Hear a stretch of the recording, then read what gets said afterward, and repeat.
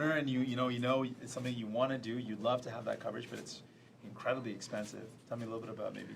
Well, certainly, I mean, when you have employees, around 6-7 employees, and if you're a small business, where as a matter of fact, the business struggle to meet on day-to-day business expenses, and to add on an additional cost, for example, like something like dental care, it becomes really very, very high in its own.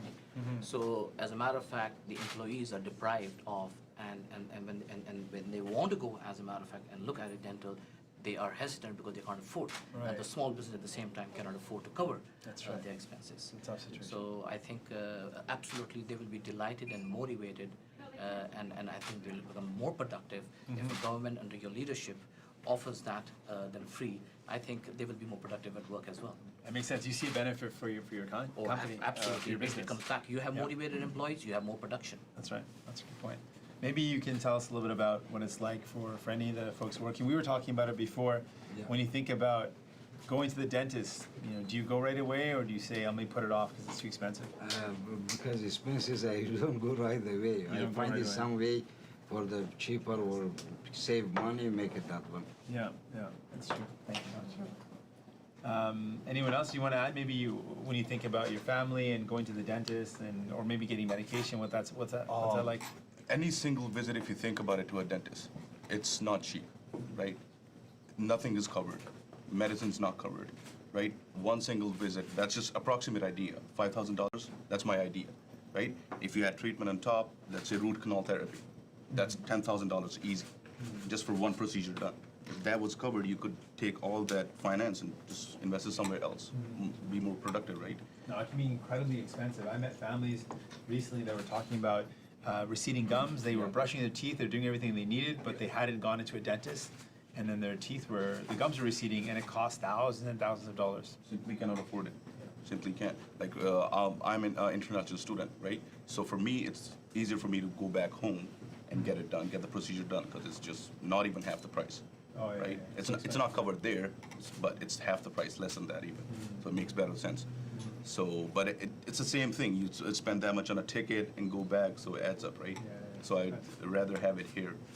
Of course, it would be better. And for you, what do you think about the cost of medication? I think that the same figure is too expensive. Very expensive. Yeah. And Scott, and maybe Matt, stories, Yusuf, that you've heard at the doorsteps. So what we're hearing at the door is it's very, very welcome news. Hearing from a lot of people that lost their jobs through Sears or when Stelco went into bankruptcy, that there was cut off automatically where they had some coverage. So a lot of people, because of plant closures or whatever, used to have benefits, now they don't any longer. Right. And they're very, very worried about it, where we're heading in the future because of the high cost of it. So I'm hearing it at the door, it's very welcome news, and people appreciate it. Matt, do you have a story or something you want to add in? Certainly. I mean, obviously Hamilton Center has one of the lowest median household incomes in the country. It's $43,000 a household. And I think about when I'm on the doors talking to people, the cost of poverty, I'm thinking about the dignity of having a nice smile, and for people who are living in deep poverty, who aren't able to access proper dental care, we're seeing it throughout the seniors, we're seeing it with families, and we're also seeing it particularly with young children. It's startling. But I could also share that as a former entrepreneur, a small business owner myself, I actually wasn't covered for 10 years. I didn't have dental coverage until I became a city councillor. And throughout this campaign, we're constantly talking to people, sharing that we just want for others what we want for ourselves. And that's the dignity of a good smile and having those, those programs and policies in place to be able to take care of our families. It makes a lot of sense. Maybe we'll just bring Gina before we go to Yusuf. Gina, tell me, you talked about the cost of medication and how that's like a really big burden. It's a weight on your shoulders. Being type 1 diabetics, my whole life I've been covered under my mom and dad when I was a kid. And then when I was in college, you have student benefit packages. But once you're out of college, that's it. Everything's out of pocket. And it's not just one insulin. You're on 2 different insulins. You have test strips. Now I use a Libre sensor, but that's $89 every 2 weeks. After 14 days, it stops working. You have to buy a new one and replace it. Test strips, they run about $1 to $1.10 a test strip. You're looking at about $300 to $400 a month And just what you need to check your glucose levels and be able to eat, because without insulin, you can't eat. Everything has carbohydrates, so Yeah. every time you put something in your mouth, you have to take insulin. Wow. So and then the glucagon, life-saving glucagon. I actually just thought, I was talking to a gentleman at the gym the other day because he asked me what was on my arm, and his daughter's a diabetic, and we were talking about glucagon, and he didn't even know what it was. Wow. And I told him, I said, yeah, I said, you gotta have one of those. I said, you're actually supposed to have two, because if one is faulty, you need to have that backup, and they expire. So if you don't Yeah, use them, tell me it's about like that, yeah. it's like taking a lighter to $500 and just watching it burn because it was wasted. So explain that for a second. So you have to have it as You a have to backup. have it, yes. But it expires. How long does it expire? 6 months. Wow. So every 6 months, it's about $250 per glucagon. So you're looking at $500 just to Wow. have it sit in your fridge. You know, you don't want to have a seizure, but you need it there in case you do. And my mom actually had to use one on me. It was about 5 years ago. I had my very first seizure. Wow. I ran into a real bad low while I was sleeping, and my mom actually heard her crying. At the time, we were sharing a room because I was living with mom and dad. And my mom thought, why isn't she checking on Gwen? And so when she came in to see what was going on, she saw me on the ground having a seizure, and she had to use it. And that was the first time since I've been diabetic, and I've been diabetic since I was 7 years old. That's been a really scary experience. Yeah, it was. Thank God for the glucagon, because Yeah. otherwise, Without that, you would have. yeah, normally you would take juice, or you start eating some carbohydrates, but when you're convulsing like that, there's no way you're gonna be able to swallow sugary, anything. yeah. So that glucagon is the only thing that's gonna save your life, because by the time you call 911 and they get there, it's gonna be too late. Oh yeah. Hey Gwen, do you ever worry about your mom? Yeah, sometimes. Yeah. What's that like? It's a little, I don't know, it's a little worrying. Yeah. Because sometimes I don't know how she is, and sometimes I know how she is, so. Yeah. That's tough, eh? And she's seen me go through some lows, Yeah. and she's been my savior too sometimes. I'm Yeah, like, it's Gwen, tough, can you yeah. go get me some juice? And she's like, yeah. And then she comes down with like this big glass of orange juice. Thank you so much for sharing. Thanks, Ben. Thanks so much for being here. Yusuf, do you have any experiences you want to share from knocking on doors or some Yes. people you've met? Yeah. Going door to door, I hear a lot of stories. Even when people do have coverage, the copays are so high. There's so many exclusions and what's covered that people are honestly worried that what if they actually become really, really sick and then those medicines are not covered. They're also really, really worried when they have chronic illnesses or ongoing need for medication, that lots of times their copays are really, really high, that it adds up, and it is a significant cost to their household budget on a monthly basis. Same thing with dental. A lot of people keep putting off routine dental procedures such as cleaning because they aren't able to afford them, and it ultimately ends up costing more money and Right. and You don't do the prevention, it costs more. Yeah. exactly, and ends up hurting them at the end of the day, which is not right. So That's true. it's really important that we have coverage. So we announced one that we would cover medication for everyone in Canada, a universal medication plan, a universal pharmacare plan. And then yesterday we announced our Dentacare plan, which would cover everyone who earns less than $70,000 that doesn't have any coverage immediately. We would cover all those Canadians that don't have coverage. That's 4.3 million people that would get coverage right away.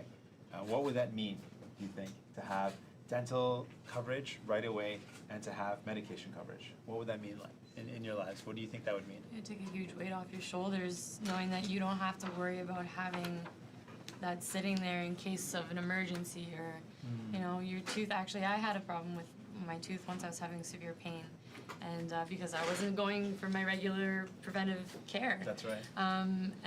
The choice was either root canal or have my tooth extracted. And as a single mom and all these other expenses with being diabetic and life expenses, I had to choose to extract my tooth, and that sucks. I lost a tooth because I couldn't afford to fix it. Wow. And I also couldn't afford to so prevent it from painful, even isn't it? happening, right? Yeah. So it It's would a mean tough a choice to have to world. make, yeah. It is. Yeah. It really is. You think it would mean It would mean the world, I think, to everybody, to just know that, everything, I feel like it starts with their mouths, right? Yeah. Not only to have a beautiful smile like Matthew explained, but when you have problems in your mouth, that leads to other health issues That's as right. well. That's right. So if you're not taking care of your mouth, you are gonna have other health complications further down the line That's as right. well. That's right. Yeah. What do you think it would mean to somebody to have, to have that dental care coverage? Well, I mostly think of like the parents, who's obviously like sometimes you have children and they eat a lot of sugar or something like that, and then suppose they have like like a cavity or something like that, and then you go take them to the dentist and they're like, I need a root canal, like the kid needs a root canal or something like that. How and if a parent can't afford it, how do you tell that to a child, right? That's like somebody young, like you're 12, 13, like I remember that was my first time I had to get like go to the dentist because of cavity. Obviously, I ate a lot of sugar, but then my parents were able to cover it. But I was just worried about some of my friends at school.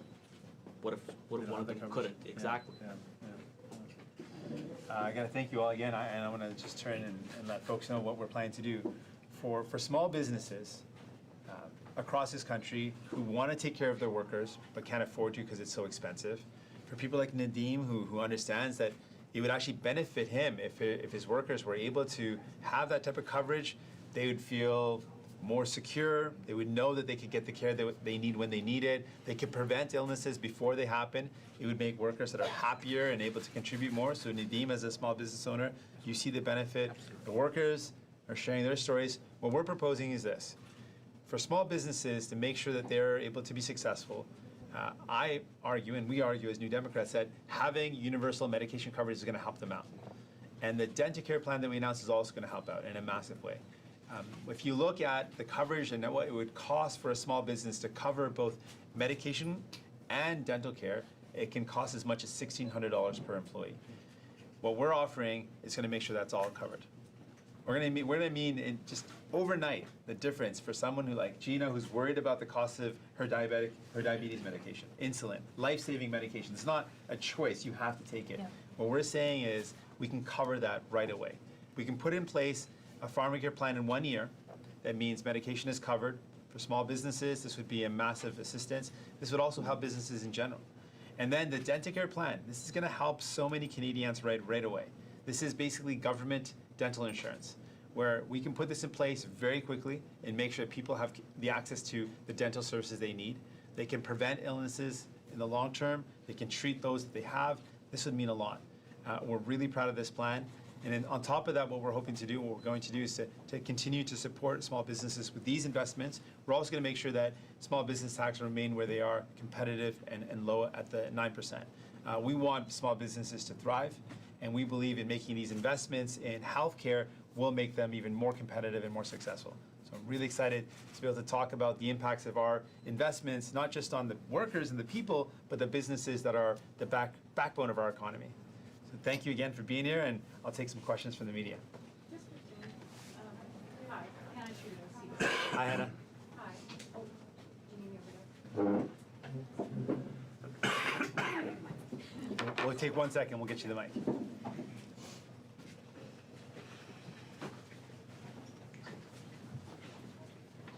Hi, thanks for your patience. Mr. Singh, Hannah Trudeau, CBC News. This is now, as you've been saying all morning, a repetitive behavior by Mr. Trudeau in blackface or brownface, now a video. Do you think he's racist? I think that's a question Canadians are going to have to answer. I can tell you that I am deeply troubled by what this means to Canada. That young kids are going to see not just one or two, but multiple images of the Prime Minister mocking their lived reality. This is so hurtful to so many Canadians. People who have faced injury, both in physical violence and in words, people who haven't been able to get jobs because of the color of their skin, now are waking up to seeing the Prime Minister of this country mock their lived realities. This is very painful for a lot of people. And I want those folks to know who are going through this right now or thinking that maybe I don't have any value, maybe I don't have any worth because the Prime Minister has just shown a repetitive behavior. Maybe I don't have that dignity that I believed in myself. I want people to know right now, I want Canadians to know that they have value, that they are loved, that they should celebrate who they are. As hard it is, I want them to know that. I want to follow up. Something you were asked this morning, and I thought your response was interesting. You were asked if you would shake his hand at the leaders' debate. Well, I mean, it's a difficult thing to think about. You know, how do you respond to somebody? How do you look someone in the eye that's mocked the lived reality that I've lived, but more importantly, that so many Canadians have lived?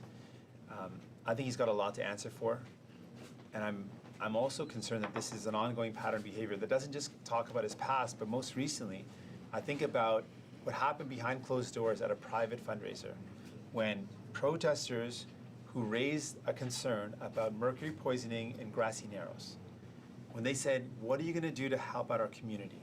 And he responded by saying, thank you for your donation. He mocked people. He mocked people who were living with mercury poisoning. And that wasn't from 10 years ago or 15 years ago. That was from earlier this year. What that shows to me is he's mocking the struggles that people are going through. And that pattern of behavior of making light of the struggles that people face, to me, I think Canadians are going to have a lot of questions about his sincerity, a lot of questions about who is the real Mr. Trudeau, and I think those are very legitimate questions that Canadians are going to be asking.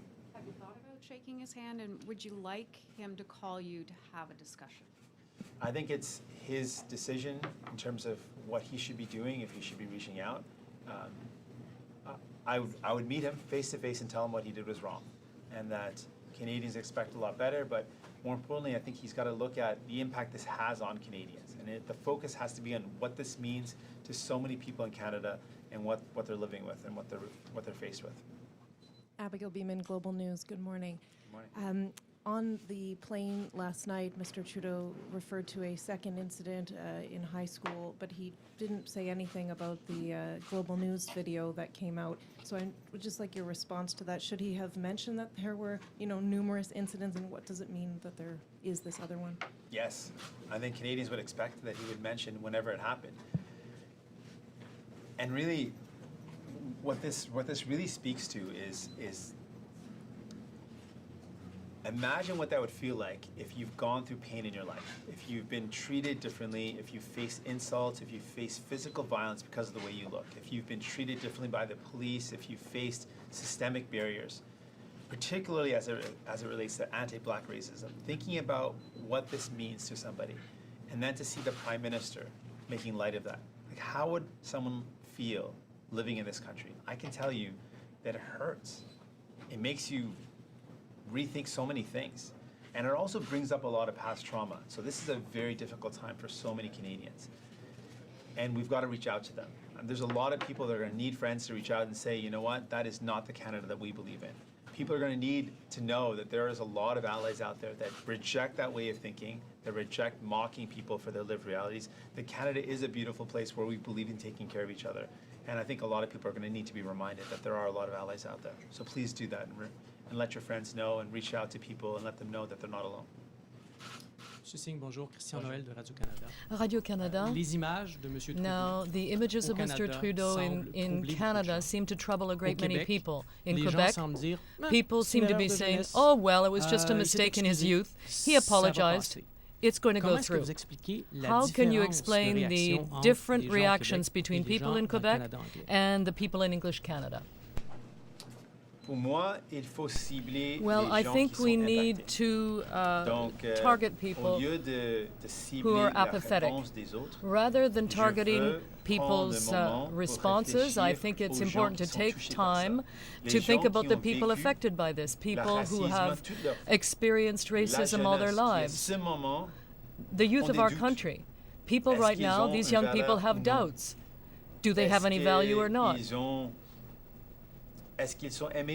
Are they liked or not? And these are big questions for a lot of Canadians today. And a young person today who sees those images, to that person I want to say, you have value, You are liked and loved. You should celebrate the color of your skin and the person you are. It's necessary to think about the people impacted by this. Now, this had a personal effect for you, and we're in a political campaign, so obviously this is kind of a political thing, but many in Quebec don't seem to think this is a big deal. So if you push too much, if you push the button a bit too much, maybe you won't get the results you want in Quebec. Well, for me, it's an opportunity to assess who Mr. Trudeau is. I think people have raised legitimate questions, and the questions are, who is the real Mr. Trudeau? So everyone can ask that question. And the question is the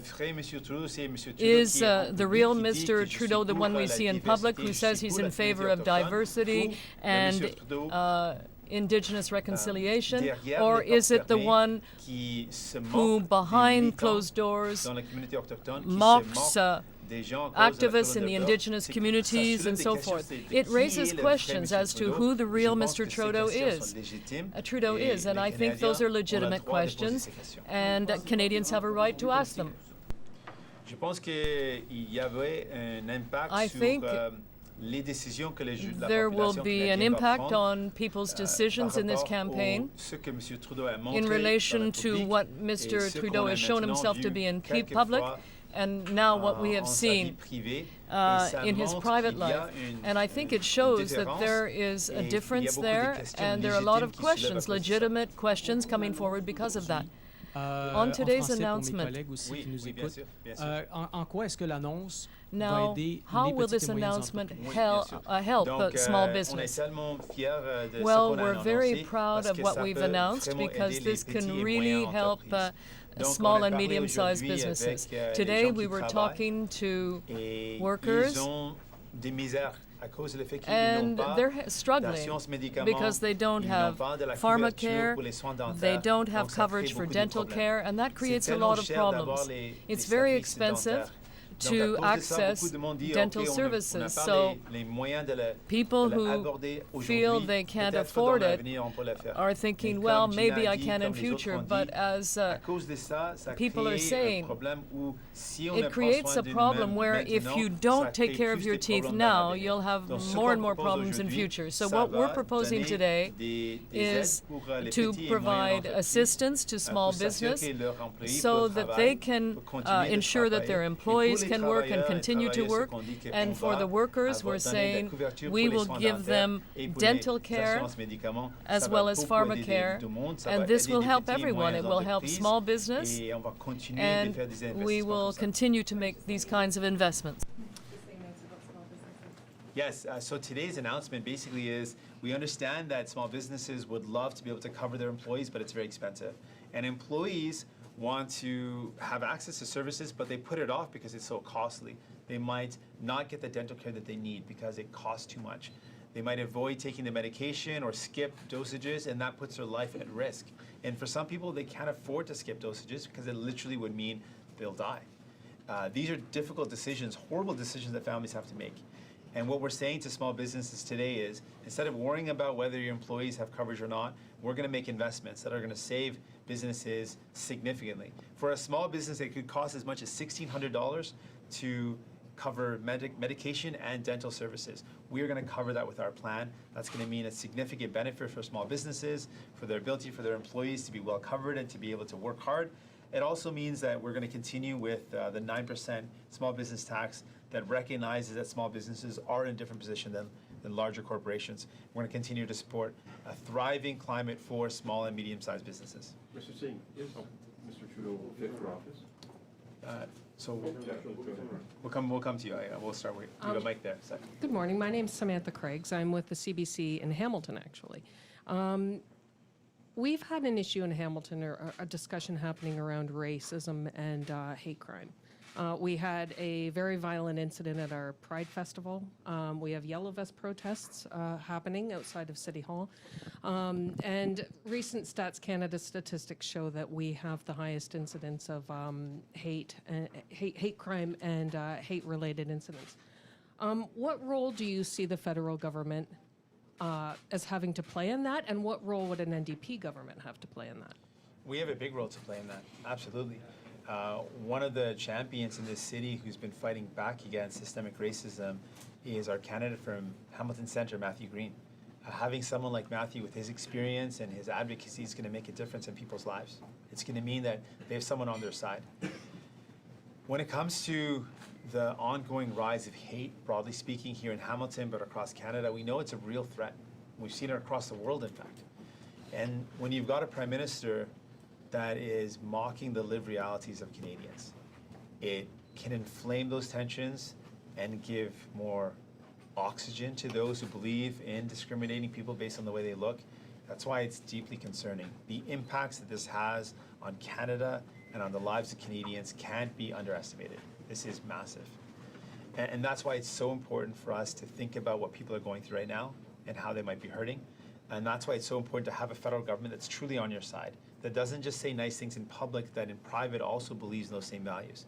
And that's going to move forward with policies to end discrimination. One of the things that we're really proud of is we're putting forward policies at the federal level to end things like carding or discriminatory policing that singles out people because of the color of their skin. We also want to put in place changes to our justice system to recognize the unfairness that impacts some communities far more than others, that disproportionately impacts racialized and minority communities.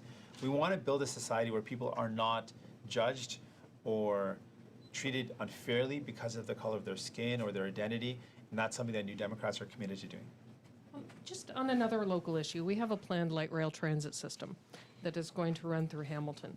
And there have been some concerns that it might exceed the $1 billion price tag. The Liberals have said that they would be willing to look at making up at pitching in if there is a cost overrun. What's the NDP's take on that? Would you be willing to do that? Oh, we're firmly in favor of public transit. Our concern with the project is the privatization of the project, but we absolutely want to support public transit. We absolutely want to support investments in an infrastructure that allow people to move around the city.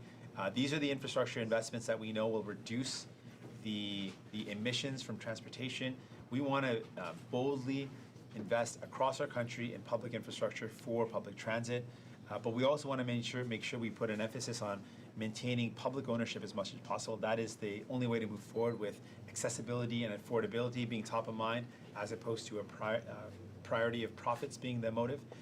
But with this project, we want to support Hamiltonians being able to get around, and we want to support investments in public transit.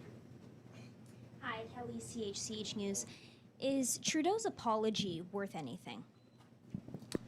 I think that's what Canadians are going to have to answer. It's up to Canadians to accept that or not. It's not for me to say whether or not his apology is something that Canadians can accept.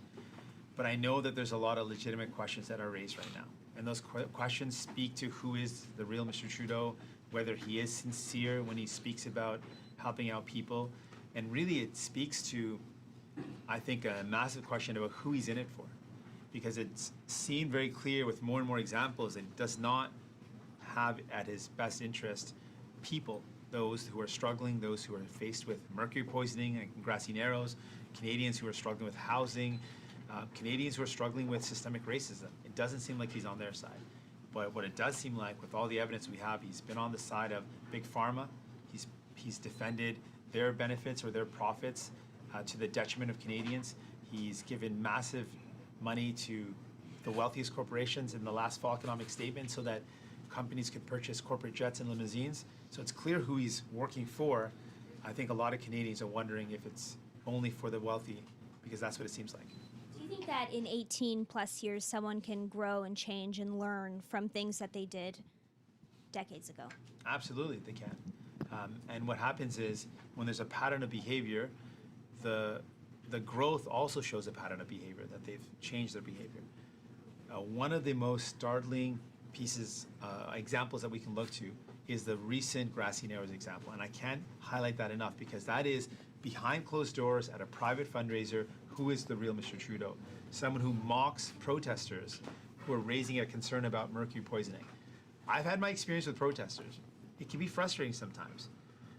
But I would never, ever think that anyone would ever justify mocking people who are concerned about mercury poisoning to me that there is something about that the level of disrespect and disregard in that action that speaks to someone who's not learned. So then I'll ask, is he fit for office? Again, there's a really good opportunity for Canadians to answer that question. We have an election. And a lot of Canadians are going to be asking those questions. Is someone fit for office who has done these things and has a pattern of behavior that doesn't just end with one incident, but multiple incidents? It doesn't just end in the past, but continues to the present with very recent examples of mocking people with legitimate concerns about the safety of their community. If someone's going to mock a community that's suffering from mercury poisoning, I think Canadians are right to ask the question, is this someone that they want to continue to see as Prime Minister?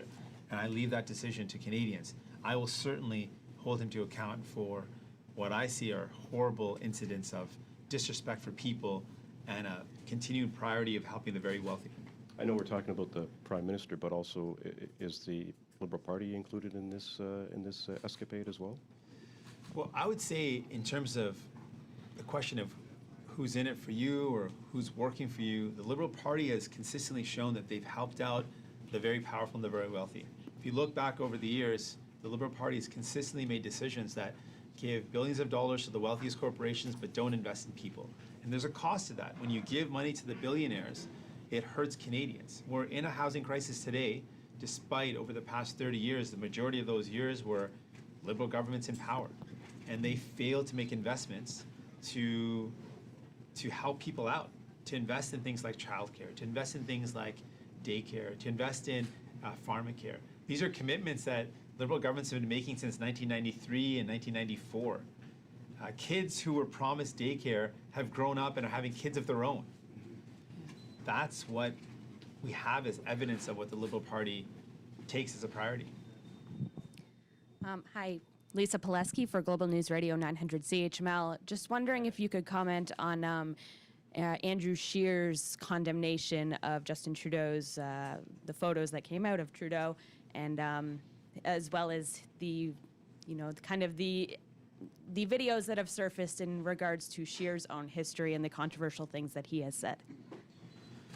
Well, I think what gets lost when we've got people like Mr. Scheer and Mr. Trudeau making comments is the people who are impacted.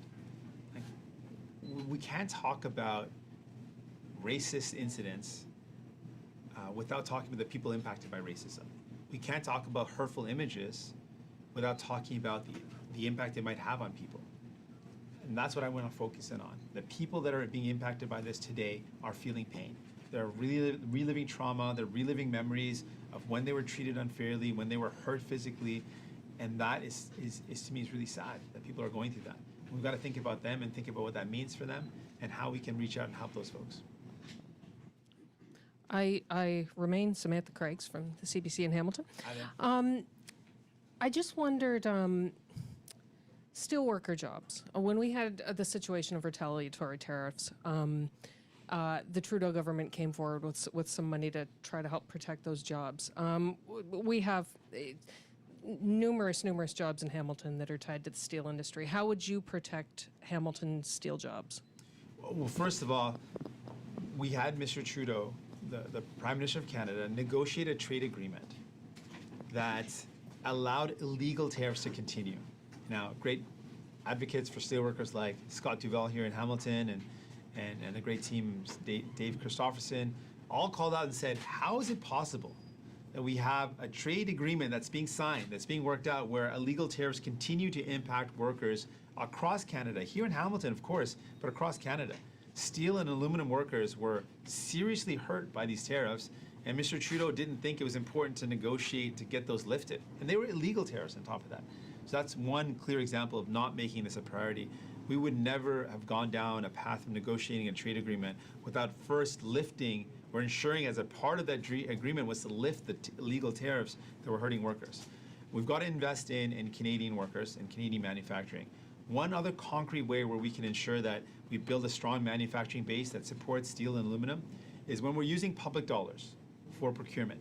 There has to be a requirement for made in Canada content. Many other countries around the world, in Europe and in the States, have procurement policies that require made in their own country content. When we're using our public dollars, for example, if we're building infrastructure, if we're buying trains, and it's a public asset where we're publicly investing our dollars, we have to look at a requirement to create made in Canada content. That's going to create business for Canadian businesses. That's going to create jobs, most importantly, for Canadians here in our communities. That's something that we've got to do and something we've committed to doing. Thank you so much. Appreciate everyone being here. Thank you to everyone sitting around this table. Thank you so much for being here. It was really awesome. Thanks. Thank you. Yeah, that was good. Thank you. Thanks so much.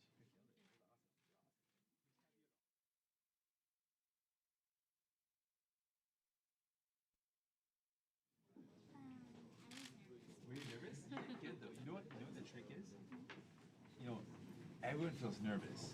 You're never gonna not feel nervous. I even feel nervous sometimes.